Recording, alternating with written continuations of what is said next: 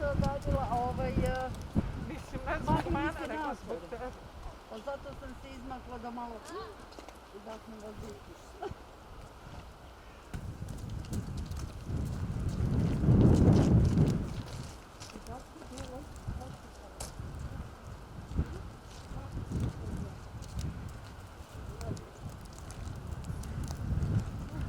Šta? Jesi ti prošetao?